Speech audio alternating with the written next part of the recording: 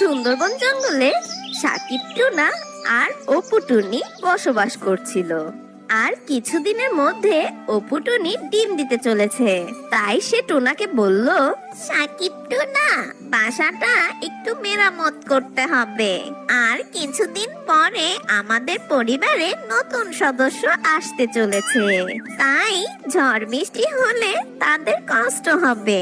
এ কথা শুনে সাকিব টুনা বলে, অবটুনি, ওসব নিয়ে তোমাকে ভাবতে হবে না, সময় হলে আমি সব ঠিক করে নেব। সাকিব টুনা সব সময় অপু টুনির কথা এড়িয়ে চলতো। তাদের সংসার জীবনে কোনো সুখ শান্তি ছিল না, কারণ সাকিব টুনা সব সময় দেব কাকের বউ বুবলি কাকের দিকে নজর দিত আর সব সময় বুবলি কাকের বাসার আশেপাশেই ঘোরাঘুরি করত। একদিন সাকিব টুনা বুবলি কাকের বাসায় গিয়ে বলে, কি বুবলি ভাবি, কি করছেন?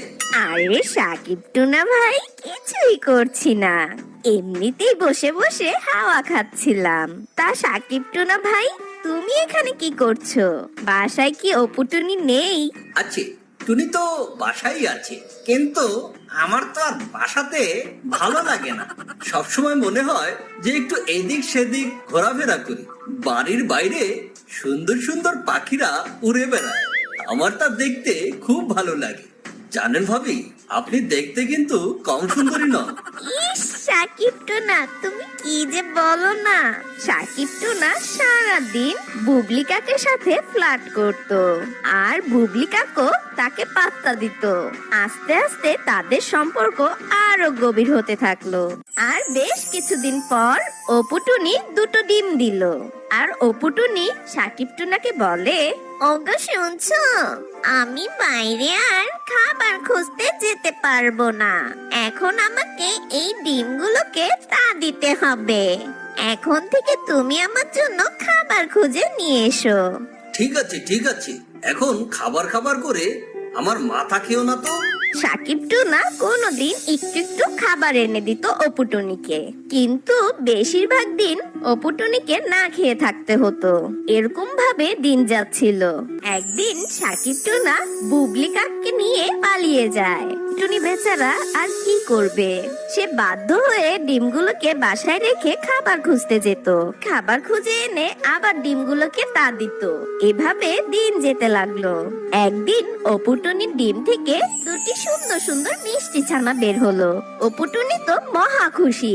তারপর সে বলতে লাগলো, আমার মিষ্টি সোনা বাচ্চারা, তোমরা দেখতে খুব সুন্দর, আমি তোমাদেরকে অনেক ভালোবাসি। আর একদিন টুনির কাছে দেব কাক এসে বলে, আরে অপুটুনি, শুনলাম তোমার নাকি বাচ্চা হয়েছে, তোমাকে অভিনন্দন। কি আর বলবো ভাবি, তোমার স্বামীটা তো আমার বউটাকে নিয়ে ভেগে গেছে। তোমার বাচ্চাটাকে ভালোভাবে মানুষ করো। জানি তোমার একটু কষ্ট হবে, কিন্তু তারপরেও বাচ্চাগুলোকে ভালোভাবে দেখাশোনা করবে, ঠিক আছে? দেব কাক, আমার স্বামী এমন অপকর্মের জন্য আমি বেশ লজ্জিত তোমার কাছে ভাই। কিন্তু আমি কি করতে পারি বলো তো ভাই, সে তো আমাকে কোনোদিনও ভালোবাসতো না। আমার বাচ্চাদের এভাবে রেখে সে পালিয়ে গেছে। এভাবে দিন যেতে লাগলো। আর তার ছানাদের বাসায় রেখে খাবার খুঁজতে বাইরে যেত।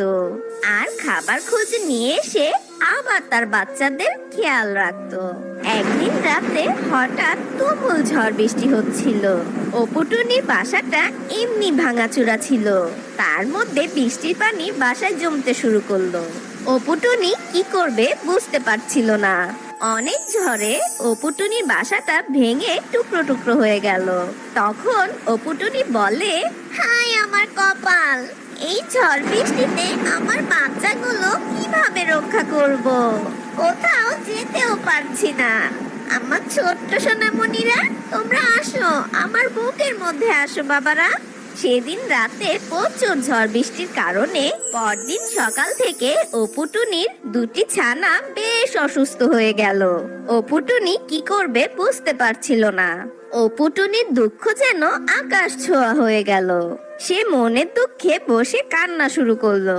ঠিক সেই সময় দেবকাক চলে আসে আর বলে, তুমি কেঁদো না টুনি। চলো আমি তোমার বাচ্চাদের ডাক্তারের কাছে নিয়ে যাই, ওরা ওষুধ খেয়ে তাড়াতাড়ি সুস্থ হয়ে যাবে। আর অতি তাড়াতাড়ি তোমার ঘরটা মেরামত করা প্রয়োজন। আমি একটা কথা বলি, তুমি না হয় আজ থেকে আমার বাড়িতেই থেকো, আমি তোমার বাসাটা মেরামত করে দেব। ঘরটা মেরামত হলে আবার তুমি তোমার বাসায় ফেরত এসো। অপু টুনি দেব কাকের কথা শুনে ভীষণ খুশি হয়ে যায়, আর দেব কাককে সে ধন্যবাদ জানায় আর বলে, দেব কাক ভাই, বিপদের বন্ধুই প্রকৃত বন্ধু। আপনি আমার বিপদে এভাবে এগিয়ে আসবেন আমি কখনো ভাবিনি। আমি আপনার ঋণ কখনো শোধ করতে পারবো না। আমার স্বামী সাকিব টুনা আপনার অনেক বড় ক্ষতি করেছে, আপনার বাচ্চাদের এতিম করেছে, তবুও আপনার অনেক দয়া যে আপনি আমাকে এই দুর্দিনে সাহায্য করছেন। তখন দেবকাক বলে, এভাবে বলো না অপুটুনি, তুমি আমাকে তোমার ভাইয়ের মতো ভাবতে পারো। আমি যদি তোমার ভাই হতাম তাহলে এই কাজটা করা আমার দায়িত্ব হতো। তাহলে এখন আর কোনো কথা নয়, তুমি আমার বাসায় গিয়ে বসবাস করো, আর এদিকে আমি তোমার বাসাটা মেরামত করে দিচ্ছি। অপু টুনি দেবকাকের কথা মতো তার বাসায় গিয়ে থাকতে শুরু করলো, আর সে নিজের বাচ্চার পাশাপাশি দেবকাকের বাচ্চাগুলোকেও দেখাশোনা করত।